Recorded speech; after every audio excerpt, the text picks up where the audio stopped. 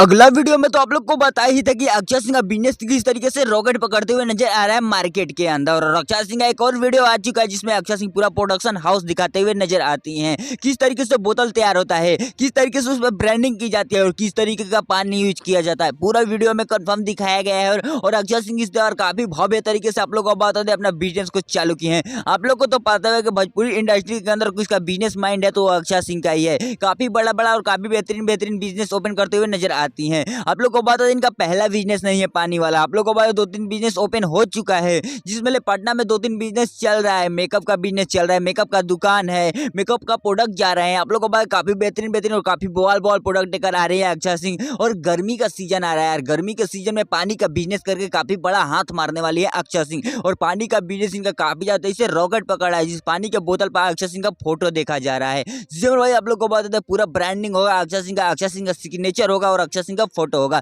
पानी का नाम भी है अक्षरा। इसके बारे में आप क्या कहते हैं कमेंट करके जरूर बताइएगा। चलिए बढ़ते अगले अपडेट की तरफ। हमारे भोजपुरी सिंगरों का कितना ज्यादा मान मर्यादा बढ़ चुका है ये बताने की जरूरत नहीं है। जीएम भाई आप लोग को बता दे हनी सिंह गाने के सपोर्ट में आ चुके हैं यार। आप लोग को बता दे कि अब हनी सिंह भी आप लोग को गाने का सपोर्ट करेंगे और हनी सिंह अपना पोस्टर लेके खड़े हुए हैं न्यू गाने का सपोर्ट के लिए। मेरे भाई आप लोग को बता दे जो नीलकमल सिंह का गाना आया है टी सीरीज से, वो गाने के ऊपर काफी ज्यादा अपडेट देते हुए नजर आ रहे हैं हनी सिंह। और आप लोग को बता दें भोजपुरी सिंगरों के साथ खड़े हैं हनी सिंह।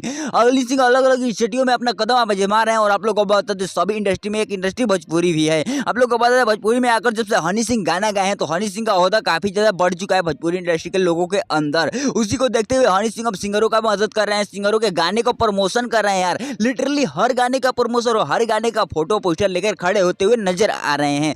तो हनी सिंह के बारे में आप क्या सोचते हैं, हनी सिंह से आप लोग क्या इंस्पायर हैं, कमेंट करके जरूर बताइएगा। चलिए बढ़ते अगले अपडेट की तरफ।